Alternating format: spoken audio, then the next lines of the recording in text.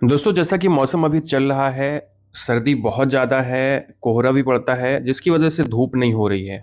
और धूप ना होने की वजह से, सर्दी ज़्यादा होने की वजह से कुछ कॉमन सी समस्याएं लोगों में ज़्यादातर हो रही हैं, जैसे कि कोल्ड और कोल्ड के साथ में फीवर। आज के वीडियो में दोस्तों, मैं फीवर के ट्रीटमेंट के बारे में बात करने वाला हूं कि अगर किसी को फीवर हुआ है तो उसके ट्रीटमेंट में कौन कौन सी मेडिसिन हम लोग दे सकते हैं। फीवर कोल्ड के साथ में है तब भी ये ट्रीटमेंट दे सकते हैं, यानी जुकाम के साथ में है तब भी आप ये मेडिसिन दे सकते हैं। तो दोस्तों, मैं हूं नीरज राय और आपका स्वागत है फार्मा हर्ट्स में। चलिए वीडियो की शुरुआत करते हैं और बात करते हैं फीवर के ट्रीटमेंट के बारे में। दोस्तों, अगर फीवर के बारे में हम बात करें तो फीवर एक ऐसी कॉमन सी एक लक्षण होता है कॉमन सा, जो कई रीजन की वजह से होता है। आगे हम लोग काजेस के बारे में बात करेंगे, जैसे वायरस की वजह से, सेल्फ लिमिटिंग की वजह से और भी दूसरे रीजन की वजह से। तो इसके लिए जो ट्रीटमेंट होता है वो सिम्पैथोमेटिक ट्रीटमेंट होता है, यानी कि लक्षण के अनुसार ही ट्रीटमेंट दिया जाता है। अब जैसे आपको फीवर हो गया तो आपका फीवर चेक किया जाएगा, उसके बाद आपको ट्रीटमेंट दिया जाएगा। ऐसा नहीं है कि पहले ही कोई बहुत बड़ी बीमारी बता करके उसकी डायग्नोसिस करना शुरू कर दें। सबसे पहले एक नॉर्मल सा ट्रीटमेंट किया जाता है। सबसे पहले आपको क्या करना है कि जो पेशेंट है उसका फीवर चेक करना है और थर्मामीटर के साथ में रेगुलरली उसको चेक करते रहना है कि फीवर कितना घटा हुआ है या कितना बढ़ा हुआ है। अब अगर इसके हम काजेस के बारे में दोस्तों मैं बात करूं तो ये वायरल इन्फेक्शन की वजह से होता है। मेनली वायरल इन्फेक्शन जैसे इन्फ्लुएंजा, बाकी कोरोना के अंदर में देखो फीवर हो जा रहा था, या नॉर्मल जो राइनो वायरस होता है जिसकी वजह से आपको जुकाम होता है, उसकी वजह से भी फीवर हो सकता है। या फिर कई बार बैक्टीरियल इन्फेक्शन जैसे न्यूमोनिया इत्यादि में भी आपको फीवर की समस्या देखने को मिलती है। तो कई बड़ी बीमारियां जो बैक्टीरिया की वजह से होती है उनके अंदर भी फीवर होता है। इसके अलावा दोस्तों, जो सबसे बड़ा रीजन है वो है इम्यूनिटी। इम्यूनिटी क्यों रीजन है? क्योंकि जब भी हमें कोई भी इन्फेक्शन होता है तो हमारी बॉडी अपने आप को ठीक करने के लिए अपना टेम्परेचर बढ़ाने लगती है। तो ये एक लाइन ऑफ इम्यूनिटी है, जिसकी वजह से आपकी बॉडी सुरक्षित रह पाती है। तो ये जो इम्यूनिटी है, इसकी वजह से भी फीवर होता है। तो ऐसे में हम लोग इन्फेक्शन की नॉर्मली दवा ले लेते हैं और फीवर को कम करने की दवा लेते हैं। इसके अलावा दूसरे जो बीमारी होती है वो उनकी वजह से भी फीवर की समस्या होती है। वो बहुत सारी बड़ी बड़ी बीमारियां हो सकती हैं या छोटी बीमारियों की वजह से भी फीवर होता है। अब अगर दोस्तों मैं बात करूं ट्रीटमेंट के बारे में, कि यहाँ पे सिम्पटोमेटिक जो ट्रीटमेंट होता है, जो मेडिसिन दी जाती है लक्षण को देख के, वो कौन कौन सी मेडिसिन होती है। तो यहाँ पे दोस्तों सबसे जो मतलब फेमस दवा है इसके लिए, तो ऐसे कई प्रकार की हैं, जैसे क्रोसिन है, कालपाल है, और इसके लिए आती है आपकी डोलो। ठीक है, तो 500 mg में, 650 mg में आती है। तो जैसा कि आपको, जैसा पेशेंट को फीवर है और पेशेंट की जिस प्रकार से उम्र है, एडल्ट है, बच्चा है, उसे हम लोग क्रोसिन दे सकते हैं, यानी कि पैरासीटामॉल दे सकते हैं। पैरासीटामॉल टैबलेट के फॉर्म में देते हैं, जैसे कि उसको जैसे आपके पास आता है, अगर उसको फीवर है तो तुरंत उसे क्रोसिन दे दें या फिर कालपाल दे दें, मतलब कोई भी ब्रांड आप दे दें, पैरासीटामॉल होनी चाहिए। फीवर ज़्यादा है तो 650 mg आप दे सकते हैं, नहीं तो 500 mg में भी काम चल जाएगा, लेकिन कोशिश करें अगर फीवर ज़्यादा है तो उसे 650 mg दें।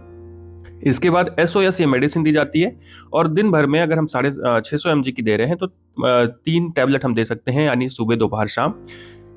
लेकिन आपको बता दें कि पैरासीटामॉल 4 ग्राम तक दी जा सकती है, यानी कि एक एक 1000 mg की टैबलेट आप, मतलब 650 जो mg की जो टैबलेट है वो आप 3 से 4 से 5 बार दे सकते हैं। लेकिन हाँ, कोशिश करें कि 3 बार ही दें, क्योंकि उतने में फायदा कर देती है। इससे ज्यादा देने की जरूरत जब पड़ती है तो इंजेक्शन दिया जाता है। इसके अलावा दोस्तों एक NSAIDs का इंजेक्शन आता है, जिसमें जैसे ये फेवरेक्स के नाम से आता है, एक्चुअली NSAID नहीं होता है ये, एक फेवरेक्स IM इंजेक्शन दिया जाता है। अगर पेशेंट को बुखार 100 से कम है तो ऐसी कंडीशन में हम इसे दे सकते हैं, और पेशेंट को समस्या हो रही है सांस लेने में, जुकाम हुआ है, तो इस कंडीशन में ये इंजेक्शन दिया जाता है। बाकी कोई बहुत ज़्यादा ज़रूरी नहीं होता है। इसके अंदर में लिवोसिट्रिजीन और फिनाइलेफ्रिन होता है। ये क्या करता है कि सांस लेने की समस्या को, जैसे जुकाम की समस्या है तो उन सबको दूर करता है, साथ में इन्फेक्शन को भी ठीक करता है। लेकिन जैसा कि मैंने आपको बताया, कोई बहुत ज़्यादा इंपॉर्टेंट नहीं होता है, जब बहुत ज़रूरत पड़ती है तभी इंजेक्शन दिया जाता है।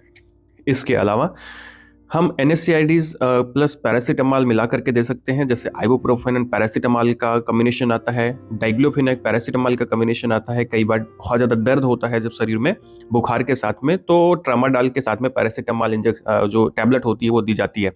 यानी कि सबसे पहले आपको क्रोसिन देना है, क्रोसिन के साथ में अगर बॉडी एक है तो आइबुप्रोफेन या फिर कोई भी इस तरह की दर्द की दवा आप दे सकते हैं पैरासीटामॉल के साथ में, जिसका कॉम्बिनेशन आता हो। इसके अलावा दोस्तों सेट्रिजिन देते हैं अगर कोल्ड है, सर्दी है, पेशेंट को जुकाम है, नाक जाम है, तो ऐसे में सिट्रीजिन दिया जा सकता है साथ में। यानी कि ये जो मैंने आपको 3 दवाएं बताई, इंजेक्शन को भी आप छोड़ दें तो ये तीनों मेडिसिन पेशेंट को देना है अगर फीवर है तो। बाकी आप इंजेक्शन दे सकते हैं ताकि सांस लेने में समस्या ना आए और जो एलर्जी की जो समस्या है वो दूर हो पाए। इसके अलावा दोस्तों कुछ जनरल मेजर्स, कुछ जनरल बातें बताई जाती हैं, वो क्या क्या होती हैं। तो अगर फीवर बहुत ज़्यादा है तो पेशेंट को आइस बैग से सिकाई करनी चाहिए, यानी उसके माथे पे गीला कपड़ा भी रख सकते हैं आप, आइस बैग भी रख सकते हैं, इस तरह का होता है कुछ, ठीक है। इसके अलावा पूरी बॉडी के पार्ट जैसे कि हाथ पैर जो खुले वाले भाग है वहां पर भी आइस पैक से सिकाई आप कर सकते हैं, लेकिन ध्यान रहे कि पेशेंट को चिल ना हो रहा हो, पेशेंट को सर्दी ना लग रही हो, उस कंडीशन में आप ये कर सकते हैं। इसके अलावा पेशेंट को बेड रेस्ट लेने की सलाह देते हैं, वो भी चादर ओढ़ के या कंबल ओढ़ के। उससे क्या होता है, पसीना होता है जिससे फीवर कम होता है। इसके अलावा दोस्तों लिक्विड डाइट और सेमी सॉलिड डाइट यानी कि खिचड़ी और पतला खाना ही पेशेंट को दिया जाता है। पेशेंट को ठंडे पानी से परहेज कराया जाता है, यानी उसे गर्म पानी पीने के लिए दिया जाता है। और साथ में जो डायरेक्ट एक्सपोजर ऑफ विंड होता है, यानी कि बाइक पे बैठ के नहीं चलना है, खिड़की के पास नहीं रहना है, नहीं तो फीवर बढ़ सकता है। इसके अलावा दोस्तों बाथिंग को अवॉइड करना चाहिए, स्पंजिंग करनी चाहिए, मतलब उसके शरीर को धो देना चाहिए, मतलब पोंछना चाहिए, उसको नहाने नहीं देना चाहिए, ठीक है। नहाने से क्या होता है कि फीवर बढ़ता है। इस तरह से दोस्तों ये सारा ट्रीटमेंट हम लोग देते हैं अगर किसी को फीवर की समस्या हो रही है। दोस्तों वीडियो आपको इन्फॉर्मेटिव लगा हो, अच्छा लगा तो चैनल को सब्सक्राइब करिएगा, वीडियो को लाइक करिएगा, दोस्तों के पास शेयर करिएगा। इस तरह के वीडियो देखने के लिए हमारे चैनल पर बने रहे। दोस्तों हमारा हेल्थ बुक चैनल अगर अभी आपने सब्सक्राइब नहीं किया है तो उसको जरूर करिएगा, लिंक आपको डिस्क्रिप्शन में मिल जाएगी।